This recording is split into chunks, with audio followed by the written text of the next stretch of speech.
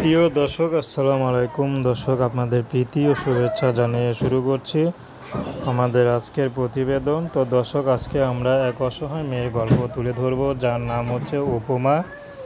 উপমারা আগে অসহায় ছিল না। তার বাবা চাকরি করত, কিন্তু হঠাৎ করে বাবাটা স্ট্রোক করে মারা যাওয়ার পরেই তাদের জীবনটা এলোমেলো হয়ে যায়। তারা এখন সংসার চালাতে হিমশিম খাচ্ছে।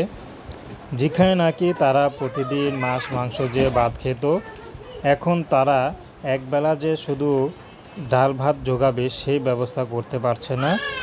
তো উপমা এখন ইউটিউবে এসেছে বিয়ে শাদির জন্য, কারণ উপমা নিম্ন মধ্যবিত্ত পরিবারের মেয়ে হলো, দেখতে মাশাআল্লাহ ভালো। হয়তো বর্তমানে তাদের আশেপাশে কেউ দাঁড়ানোর মতো নেই। তো উপমা চাচ্ছে যদি কোনো ভালো একটা মানুষ পেয়ে যায়, সে যদি তার পাশে দাঁড়ায়, তাহলে উপমা বিয়ে শাদি করতে রাজি আছে। উপমার ব্যক্তিগত কোনো পছন্দ নেই। উপমাকে যে ভালোবেসে আপন করে নিতে পারবে, উপমা তাকে বিয়ে করবে। কারণ তার পরিবারে মা আছে, ছোট আর একটা বোন আছে। তো এতে তার মা সংসার চালাতে খুবই হিমশিম খেতে হচ্ছে। হয়তো বিভিন্ন আত্মীয় স্বজনের থেকে টুকটাক চেয়ে নিয়ে কোনো মতে চলতেছে, কিন্তু এইভাবে তো আর চলা বলে না। তো উপমাকে বিয়ে দিবে, অনেকে যৌতুক চায়, এই জন্য বিয়ে হচ্ছে না। তো এখন চাচ্ছে বর্তমানে উপমাকে যদি কেউ ভালোবেসে আপন করে নিতে পারে, সে যে বয়সের হোক, বিবাহিত হোক, বিয়ে করতে রাজি আছে।